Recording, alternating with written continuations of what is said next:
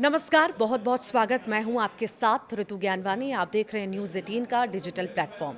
ईरानी द्वीप खर्ग पर अमेरिकी हमले से चीन के हितों पर चोट हुई है। इस कारण इस जंग का भविष्य और भयावह होता दिख रहा है। इस बीच भारत और ईरान के बीच एक डील हुई है। इस डील के तहत भारत आ रहे दो तेल टैंकर शिवालिक और नंदा देवी को स्टेट ऑफ हॉर्मुज पार करने की अनुमति मिल गई।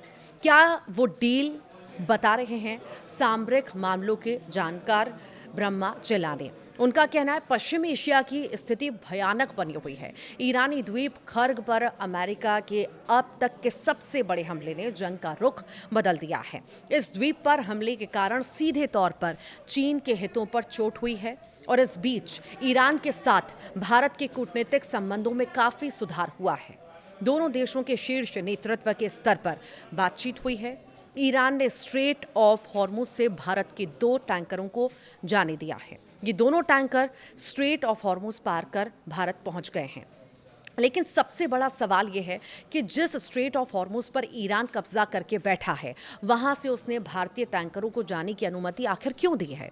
तो देखिए, ईरान के साथ डील, इसके पीछे की कहानी सामरिक मामलों के जाने माने विशेषज्ञ ब्रह्मा चलानी बताते हैं कि उन्होंने एक्स और फेसबुक पर एक पोस्ट किया और लिखा कि भारत और ईरान के बीच एक डील हुई है। इस डील के तहत ही दो तेल टैंकर शिवालिक और नंदा देवी भारत पहुंचे हैं।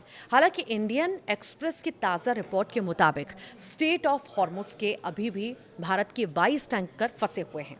ब्रह्मा चलानी के मुताबिक नई दिल्ली और तेहरान के बीच एक डील हुई है और इस डील के मुताबिक भारत ने ईरानी नौसेना के करीब 180 नाविकों को घर लौटने की अनुमति दी है। इसके बदले तेहरान ने भारत से आने वाले दो टैंकरों को स्टेट ऑफ हॉर्मुज से गुजरने की अनुमति दी है। ये डील गुरुवार शुक्रवार को अंजाम तक पहुंची थी। इसके तहत कोच्चि में उत्तरी एक चार्टर फ्लाइट ईरानी नाविकों को लेकर तेहरान रवाना हुई। ये नाविक IRIS लवान नामक ईरानी नौसैनिक जहाज के थे। अमेरिकी हमले के बाद ये जहाज कोच्चि में डॉक हुआ था। ये पूरा हमला IRIS डेना की घटना से जुड़ा है। 4 मार्च को अमेरिकी सबमरीन USS चार्लोटी ने हिंद महासागर में ईरानी फ्रिगेट IRIS डेना को दबो दिया था। हालांकि ये घटना भारतीय जल क्षेत्र से बाहर हुई थी। इस घटना में ईरान के 87 नाविक मारे गए, 61 अब भी लापता हैं और 32 को बचा लिया गया था।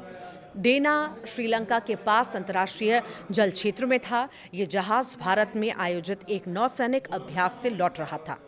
इस जहाज के नाविकों के शव श्रीलंका के पास थे। उसने ईरान को इसे सौंप दिया है, लेकिन उसने इसके 208 अन्य क्रू मेंबर्स और 32 बचाए गए नाविकों यानी कि जीवित बचे लोगों को ईरान नहीं भेजा। दूसरी तरफ भारत ने ईरानी IRIS लवान को मानवीय आधार पर शेल्टर दिया और उसके क्रू को वापस ईरान भेज दिया है। ब्रह्मा चलानी का दावा है कि ये एक तरह का क्विड प्रो क्वो था। भारत ने ईरानी नाविकों की मदद की, बदले में तेहरान ने भारतीय तेल टैंकरों को सुरक्षित भेज दिया। भारत का करीब 40% क्रूड ऑयल हॉर्मुज के रास्ते आता है। भारत की बड़ी मात्रा में LPG की सप्लाई कतर से आती है और ये भी हॉर्मुज से होकर गुजरता है। रिपोर्ट के मुताबिक शिवालिक और नंदा देवी ने 52,000 टन से ज़्यादा LPG के साथ हॉर्मुज पार किए हैं।